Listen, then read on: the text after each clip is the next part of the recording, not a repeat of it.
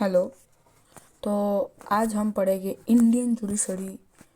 What is Indian judiciary, importance of Indian judiciary, apex court and या supreme court के बारे में पढ़ेंगे, हाई कोर्ट के बारे में पढ़ेंगे और उसके आगे इंडिपेंडेंस ऑफ जुडिशरी, बाद में एक्सरसाइज को डिस्कस करेंगे।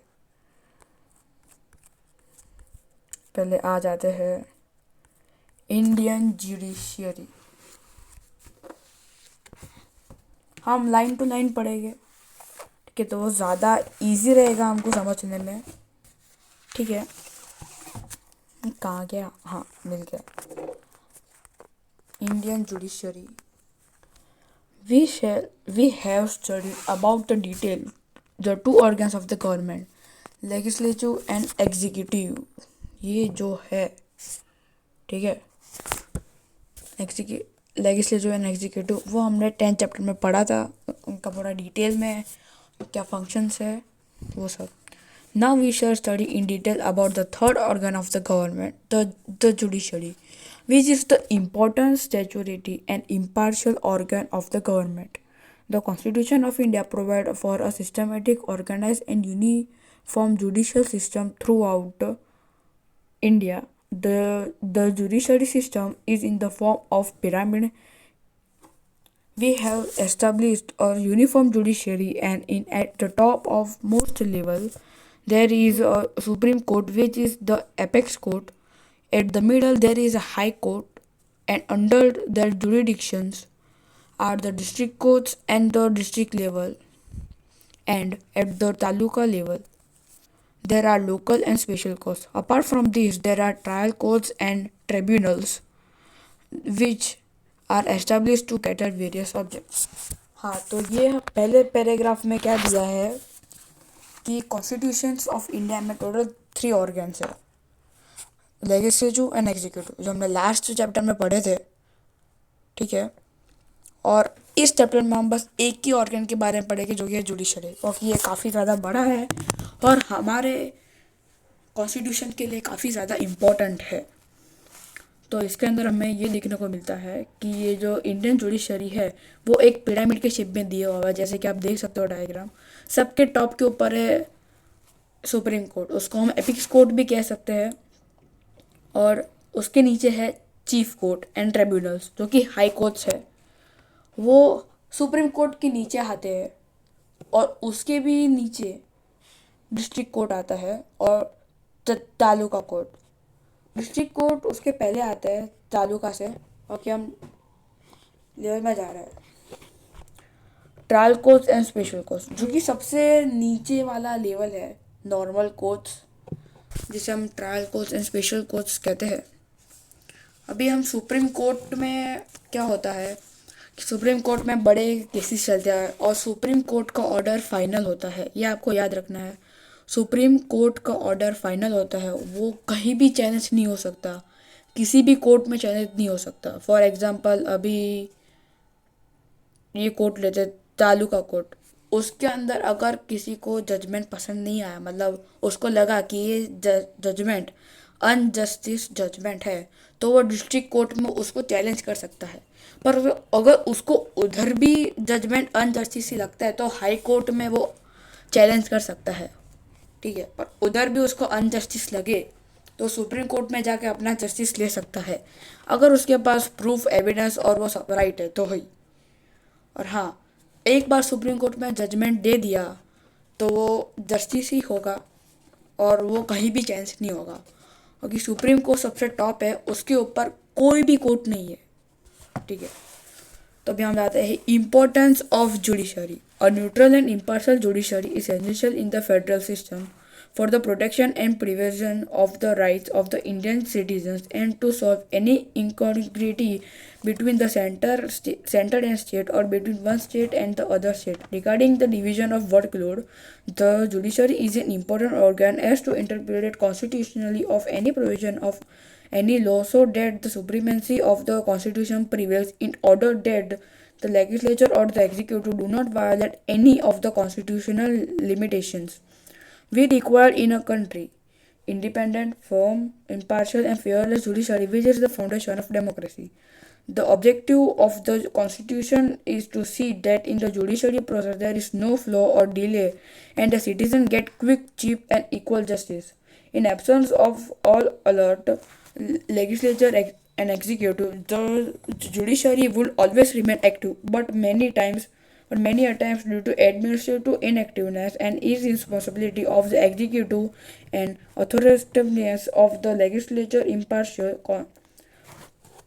cognizant, independent, and fearless judiciary has shown judicial inactiveness. तो हमें इम्पोर्टेंस ऑफ जुडिशरी में ये देखने को मिलता है कि मेरा बात आ रहा, हाँ, हमें ये देखने को मिलता है कि और neutral and impartial judiciary is essential in the federal system. मतलब ये जुडिशरी फेडरल सिस्टम में काफ़ी ज़्यादा इम्पोर्टेंट है. क्योंकि किस लिए इम्पोर्टेंट है? क्योंकि protection and prevention of the rights of the citizens. जैसे कि हमें पता है कि ये सिटीजन्स की भी राइट होते हैं वैसे. एंड और ये जुडिशरी अगर कोई central government, for example union of the government of India and state के बीच में कुछ हुआ अपील, तो वो कोर्ट में जाएगा और वो डायरेक्ट सुप्रीम कोर्ट में जाएगी, क्योंकि वही सबसे अच्छा जस्टिस देने में आता है. उधर जाएंगे तो वो सेंट्रल एंड स्टेट के बीच में जो हुआ है प्रॉब्लम उसको सॉल्व करने में भी आता है.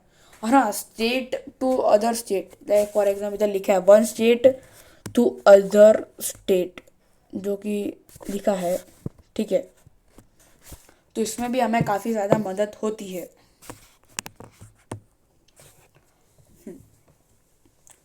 बाकी जुडिशियल एक इम्पोर्टेंट ऑर्गन है जो कॉन्स्टिट्यूशन को बचाता है. यस, जो सुप्रीम कोर्ट है वो कॉन्स्टिट्यूशन और सिटीजन्स के राइट को प्रोटेक्ट और प्रिजर्व करता है. फॉर एग्जांपल हम देखते हैं कि लेजिस्लेचर और एग्जीक्यूटिव कोई लॉ बनाता नहीं है और ना ही वो लॉ को तोड़ सकता है और कॉन्स्टिट्यूशन के और एक लॉ बना सकता है. तो सुप्रीम कोर्ट भी कोई लॉ तोड़ता नहीं है, पर वो नए लॉ फॉर्म कर सकता है. और जो लॉ बन चुके हैं, सुप्रीम कोर्ट को लगता है कि it is not usable law, so वो उस लॉ को डिक्लेयर कर देंगे कि ये लॉ अब से लागू नहीं होगा, मतलब ये लॉ अभी अनयूजेबल होगा. ठीक है. और हाँ, यही दिया है आगे भी कि जुडिशरी एक फेयरलेस है. अगर आप खुद से रीडिंग करोगे तो आपको ऑटोमेटिकली पता चल जाएगा. एपिक्स कोर्ट, सुप्रीम कोर्ट, मैंने आपको पहले ही कहा था कि सुप्रीम कोर्ट एपिक्स कोर्ट भी कहा जाता है. Supreme court is the apex court of Indian judiciary. As per the Constitution of India, it is the top most judicial organization. मतलब सुप्रीम कोर्ट सबसे टॉप में आता है, उसके ऊपर कोई और नहीं आता, क्योंकि कॉन्स्टिट्यूशन के हिसाब से सुप्रीम कोर्ट ही सबसे बेस्ट है और सबसे टॉप में आता है. बाकी हम आगे बढ़ते हैं. It is situated in Delhi. Yes, जो सुप्रीम कोर्ट है वो दिल्ली में सिचुएटेड है, जो हमारा कैपिटल है. All civil and criminal cases of Indian have to work under the chief justice of the supreme court, under the jurisdiction of the supreme court. यानी जो criminal court and civil cases है, जो ऐसा बड़े बड़े आते हैं, for example a man murdered 9 to 10 peoples, like वो सीरियल किलर है, तो वो बड़े केसेस को हम सुप्रीम कोर्ट में ला सकते हैं और सुप्रीम कोर्ट उसके ऊपर काम करेगा. The supreme court consist of one chief justice. अभी चीफ जस्टिस क्या होते हैं? फॉर एग्जाम्पल हाई कोर्ट में एक जज बैठा होता है, राइट, जो कि जजमेंट देता है कि ये जस्टिस है ये उसको सज़ा मिलेगी एक्सेट्रा। वैसे ही सुप्रीम कोर्ट में एक ही चीफ जस्टिस होता है और कोई नहीं होता। जितने भी सुप्रीम कोर्ट में केसेस आते हैं वो वही वन चीफ जस्टिस हैंडल कर सकता है, और 28 एडिशनल जजेस होते हैं, पर चीफ जस्टिस एक ही होता है।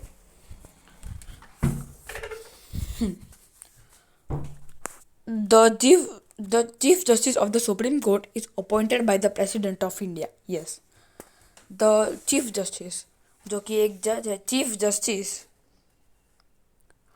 Of the supreme court. अब चीफ जज है वो प्रेसिडेंट से अपॉइंट हुआ होता है, मतलब प्रेसिडेंट उसे सिलेक्ट करता है सुप्रीम कोर्ट का चीफ जस्टिस बनने के लिए। The number of judges in the Supreme Court is decided by the Parliament, but if the President feels that the workload of the Supreme Court is increased, then the President can appoint additional ad hoc judges to the Supreme Court as per the provision of the Constitution. मतलब जो जितने जजेस होते हैं supreme court में वो parliament decide करता है, ठीक है, कि कितने जजेस हो गए नहीं हो गए। पर अगर प्रेसिडेंट को लगता है कि वर्कलोड बहुत ज़्यादा हो गया है सुप्रीम कोर्ट का, तो वो अडॉक जजेस को अपॉइंट करता है as per the provisions of the constitutions. The जजेस in the supreme court are appointed on the basis of seniority. मतलब जो जजेस होते हैं वो सीनियरिटी में अपॉइंट होते हैं, क्योंकि सुप्रीम कोर्ट में जज बनना इतना आसान नहीं होता। उसके लिए एक्सपीरियंस और काफ़ी परफेक्शंस चाहिए होता है। अगर वो चीफ जस्टिस वो जजिस अगर जजमेंट दे तो वो एकदम जस्टिस वाला होना चाहिए। आगे हम पढ़ेंगे कि जज कैसे बन सकते हैं। with the chief justice as well as the other senior judges. Qualifications: a member who is appointed as a citizen of Supreme Court. ये पढ़ेंगे कि एक पर्सन सुप्रीम कोर्ट में कैसे अपॉइंट हो सकता है एज अ जज, ठीक है। वो पहले सिटीजन ऑफ इंडिया होना चाहिए ऑब्वियसली। अगर कोई बाहर का आदमी होगा, मतलब कोई डिफरेंट सिटीजनशिप, तो वो हम उसको अलाउ नहीं करेंगे।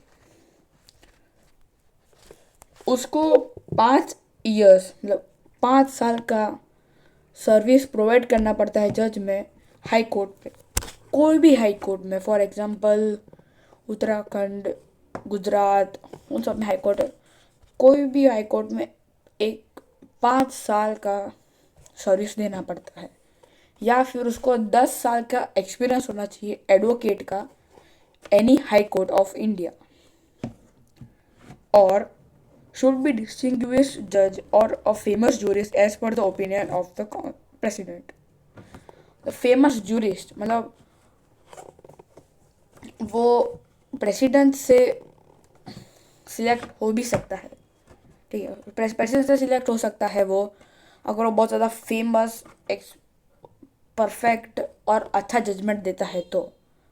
Should not be 65 years of age, क्योंकि 65 ईयर्स ऑफ एज रिटायरमेंट है सुप्रीम कोर्ट के जजेस के लिए।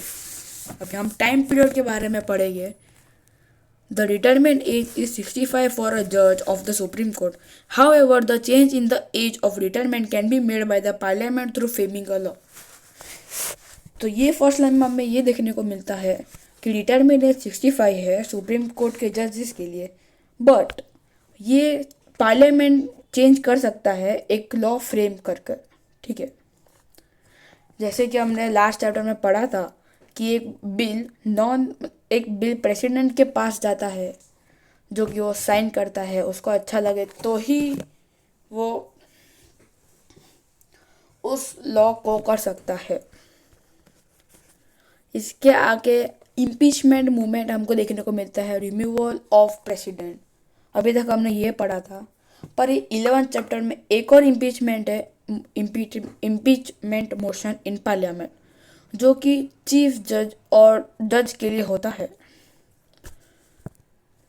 They cannot carry out the practice of law in any of the Indian courts, but they can provide service in community appointed investigate into common situation or event. ये जो जजेस होते हैं ये किसी और कोर्ट में के नहीं जज बन सकते और ना ही जजमेंट दे सकते हैं, बिकॉज वो ऑब्वियस सुप्रीम कोर्ट के हैं। जो सुप्रीम कोर्ट के जज होते हैं वो हाई कोर्ट में आपने कभी देखा है? नहीं ना।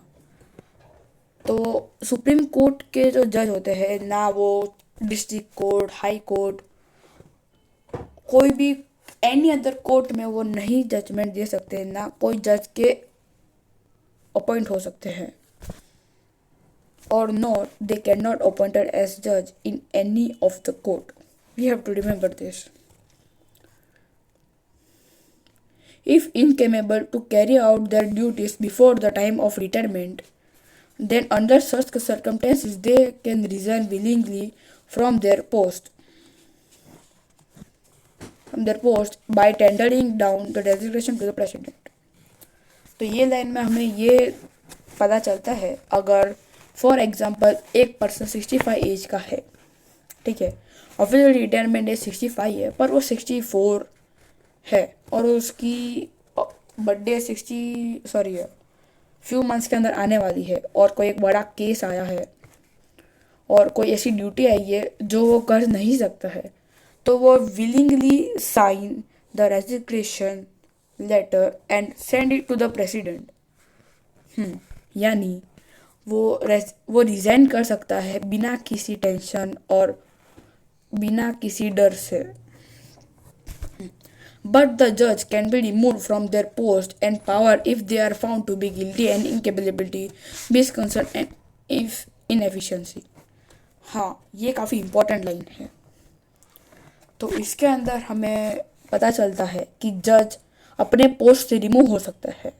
और ये जो अभी जब हमें जज ने बात की, हम अभी जब जज की जो बारे में बात कर रहे हैं वो सब सुप्रीम कोर्ट के जज के बारे में है, ठीक है। सुप्रीम कोर्ट के जज के बारे में अभी हम बात कर रहे हैं। हाँ, तो वो रिमूव हो सकता है अगर वो अनजस्टिस स्टेटमेंट देता है और misconduct, inefficiency, incapability, guilty of incapability. मतलब फॉर एग्जांपल एक केस हो रहा है, एक जन ने ऑब्वियसली मर्डर्स किए और पुलिस है, वो सीरियल या मर्डर किलर को प्रूफ करना चाहती है कि वो मर्डर किया हुआ है, पर जो जज है उसने पहले से ही वो मर्डरर से पैसे खा चुके हैं। बाद में ये न्यूज़ गवर्नमेंट को पता चलती है तो वो इम्पीचमेंट मोशन को अप्लाई करके वो जज को हटवा सकता है। यानी ये रिमूवल ऑफ जज है। तो हमको याद करने हैं दो impeachment motion. First, removal of president, second, removal of जज of the supreme court. This removal is in accordance with the provisions of the Constitution and it's carried out through impeachment motion in Parliament. The procedure for it follows. Every House of Parliament has to submit a memorandum having majority support to the President and the total number of at least two-thirds number of the members present in the respective. तो every house मतलब राज्यसभा और Lok Sabha same ही procedure है। Like 2/3 member होने चाहिए जो जज के खिलाफ हो और वोट करे कि ये जज हट जाना चाहिए। Sorry, not this. 2/3 जज प्रेजेंट होना ज़रूरी है। हाँ, और वो सेशन में जो डिस्कशन वो सब होगा उसके आधार पर प्रेसिडेंट डिसाइड करता है कि उसे जज को हटाना है या नहीं हटाना। The parliament monitors the presentation of the memorandum regarding to the misbehavior of the judge in conducting the investigation as well as the conducting of proof for the same concern. The judge is given opportunity to present his narration and self-defense in the parliament. लेकिन अगर जज को लगे कि ये injustice है तो वो अपने आप को डिफेंस कर सकता है, सेल्फ डिफेंस. ऑब्वियसली इधर हमको लाइन दिया है, ये रहा इधर, सॉरी इसके ऊपर है. सेल्फ डिफेंस कर सकता है.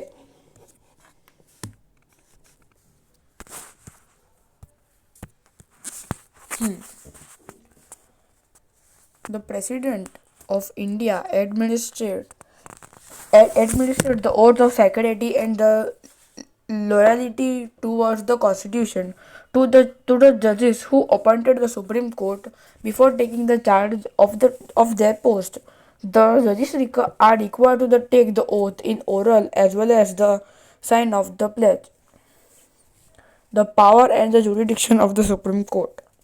The Supreme Court of India possesses more powers and has vast jurisdictions. मतलब जो jurisdictions मतलब जो सुप्रीम कोर्ट है उसके पास बहुत सारी पावर है, मोर पावर्स एंड वास्ट डिस्ट्रीब्यूशन. ठीक है, तो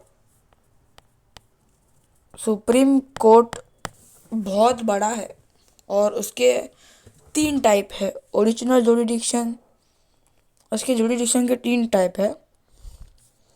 ओरिजिनल जुरिडिक्शन, अपीलेट जुरिडिक्शन और एडवर्सरी जुरिडिक्शन. अपीलेट जुरिडिक्शन आपने कहीं ना कहीं सुना होगा या तो आपको पता होगा. ठीक है, अपील का मतलब क्या होता है, चैलेंज कोई ऐसा कोर्ट, बस वही है अपीलेट जुरिडिक्शन. अभी हम ओरिजिनल जुरिडिक्शन पढ़ते हैं. When the court has power to directly give judgment after hearing a case, such a power known as original jurisdiction. मतलब अगर कोर्ट के पास पावर है डायरेक्ट जजमेंट देने का, मतलब फॉर एग्जांपल एक केस चल रहा है, वापस से वही केस लेते हैं, मर्डर का केस चला, सब खत्म हो गया, सारे प्रूफ मर्डर के खिलाफ है और मर्डर प्रूव हो गया कि उसने मर्डर किया है. तो जज जो डायरेक्टली पावर है उसके पास केस के बाद, मतलब केस में ही हियरिंग देने का, मतलब जजमेंट देने का कि उसको इतने साल की पनिशमेंट या सज़ा मिलेगी, ऐसा उसको हम ओरिजिनल जुरिडिक्शन मिलते हैं. When a court has power to directly give judgment after hearing a case, such a power is known as the original jurisdiction, and the same Supreme Court has the power to make decision regarding the case which no other court has. Under the jurisdiction the following parties should be involved, so whose conflicts are by the Supreme Court. ठीक है,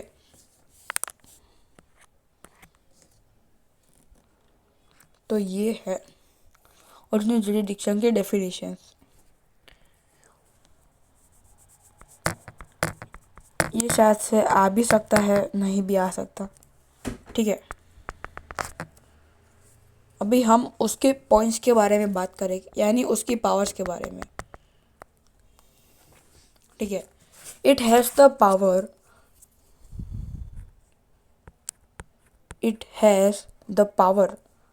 to settle disputes between government of India and one or more states. For example, government of India and state के साथ कोई problem हुआ, ठीक है, मतलब कोई एक टॉपिक पे डिबेट हुआ तो वो डिबेट को वो सेटल कर सकता है. Second, it has the power of resolving difference of opinion, fights और conflict between the government of India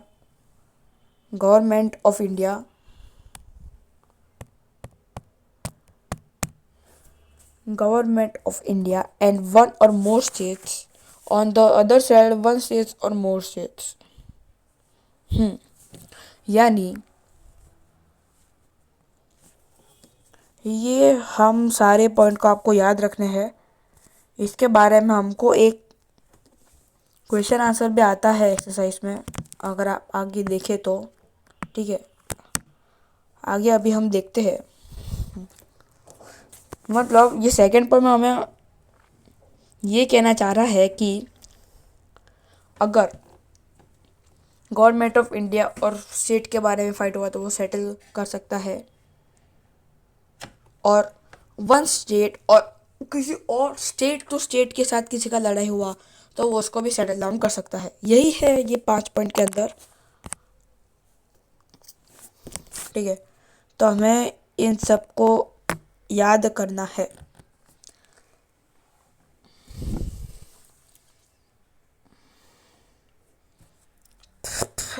sorry.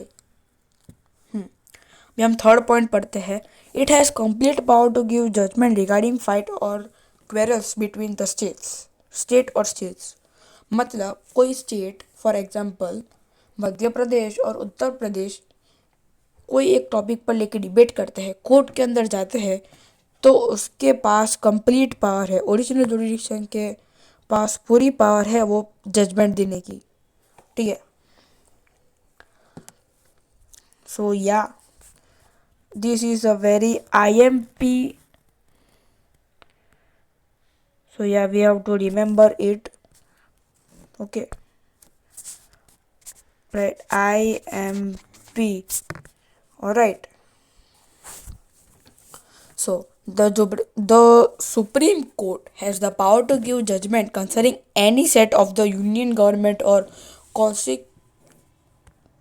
constitutionally। मतलब सुप्रीम कोर्ट के पास भी राइट है पूरा जजमेंट देने का concerning any set of union government. ठीक है, fifth, it has the power to protect and preserve the fundamental rights of citizens of India. Moreover it is empowered to issues of habeas corpus and mandamus और provision. अगर आपको exam में पूछा कि original जुडिक्शन की powers बताइए, तो रुको मैं आपको बताता हूँ। ठीक है, ये पहला पॉइंट, दूसरा पॉइंट, तीसरा पॉइंट, चौथा पॉइंट और पांचवा पॉइंट के पास है ना, आपको ये इधर से लेकर आपको इधर तक लिखना है। ठीक है, ये मोर ओवर वो सब मत लिखना। ठीक है, तो इधर मैं आपको क्रॉस लगा के देता हूँ, क्रॉस। ठीक है,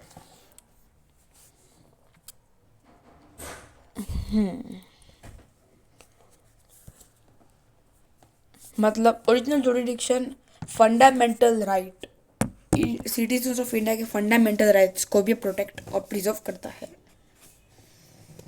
second, appellate jurisdiction. Three types of appeal can be made in the supreme court under the appellate jurisdiction. Case of constitution interpretation. Second, appeal against civil cases. Third, appeal against criminal cases. मतलब obviously constitution के interpretation के बारे में हम appeal कर सकते हैं। Civil cases मतलब नॉर्मल चोरी के केसेस, लाइक यस, नॉर्मल तो सुप्रीम कोर्ट में कुछ भी नहीं होता, मतलब चोरी वो सब के केसेस, और मर्डर केसेस, क्रिमिनल केसेस जो कि इसके अंदर आते हैं। तो फर्स्ट कॉन्स्टिट्यूशनल इंटरप्रिटेशंस के बारे में पढ़ते हैं। Any person can approach supreme court against the judgement. Any person can approach a Supreme Court against the judgment or order to order or right given by the High Court on any case only if the certificate is issued by the High Court along with the judgment that the case in any matter pretending to the Constitution which has been falsely interpreted on contains any important question of law, and hence pretender can appeal in the Supreme Court for the same if any if any certificate is not given by the High Court, and if the pretender approaches the Supreme Court, then in such circumstances if the Supreme Court finds If the Supreme Court finds that any unconstitutional rights is violated, then it can accept the pretender's appeal. But in any of the circumstances, only the pretender who is party in the working of High Court can approach the Supreme Court only under the reasons that a false judgment is issued by the High Court or any other court. मतलब for example एक person high court में गया है case के लिए, उसे वो case के जजमेंट अनजस्टिस लगा, सुप्रीम कोर्ट के बारे में सुप्रीम कोर्ट में जा सकता है कौन कौन से, अगर कोई लॉ के बारे में क्वेश्चन है और फॉल्सली इंटरप्रेटेड और contain any important question of law. और दूसरा हमें ये मिलता है कि वो सुप्रीम कोर्ट को अप्रोच कर सकता है सच सर्कमस्टेंसेस में ही, if the supreme court find any constitution rights is violated. मतलब हाई कोर्ट में कोई केस लड़ रहा है और कॉन्स्टिट्यूशन राइट्स को वायोलेट हो रहा है, तो वो पर्सन हाई कोर्ट में जा सकता है और हाई कोर्ट कह सकता है कि आप कोर्ट में आकर अपना गवाही दे सकते हो और सुप्रीम कोर्ट में अपील कर सकते हो। ऑब्वियसली अपील जुडिक्शन में अपील करना ही होता है, नाम से ही हमें पता चलता है, ठीक है। In case of the civil cases, if the High Court certified that the case involved important question of interpretations of law and that the case holds general importance and it necessary that Supreme Court decides, then an appeal can be made in the Supreme Court। मतलब दोबारा एक case चल रहा है, ठीक है, high court में, पर वो केस में एक important question of interpretation of law है और वह एक जनरल इम्पोर्टेंस होल्ड करता है, मतलब एक अपनी खासियत रखता है, तो वो अपील कर सकता है सुप्रीम कोर्ट में। और judgement of any civil case involving a sum of ₹1 lakh और मोर देन कैन चैलेंज, मतलब civil cases like for example चोरी का केस है, उसके अंदर 1 लाख से ऊपर या 1 लाख जितना अमाउंट हो तो वो चैलेंज हो सकता है सुप्रीम कोर्ट में। हाँ, पर सुप्रीम कोर्ट का जजमेंट देने के सुप्रीम कोर्ट ने जजमेंट देने के बाद वो जजमेंट कहीं भी चैलेंज नहीं हो सकता। ये मैं बार बार रिपीट कर रहा हूँ क्योंकि ये काफ़ी ज़्यादा इम्पोर्टेंट है। सुप्रीम कोर्ट ही फाइनल जजमेंट दे सकता है और कोई कोर्ट नहीं, ठीक है। Third, in any case of criminal cases, if any lower court has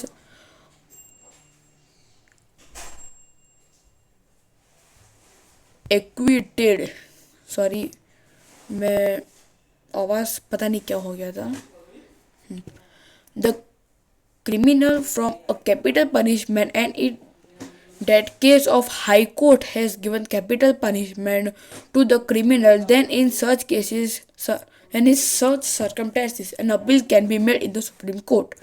The Supreme Court can review its own judgments and it can transfer cases that are going in on other courts to the Supreme Court.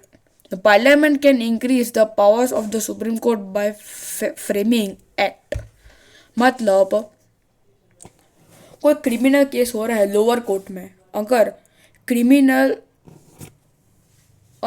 को capital punishment मिलती है, सो उस case में वो high court के पास जा सकता है। Sorry not that, high court has given capital punishment to the criminal, then in such circumstances an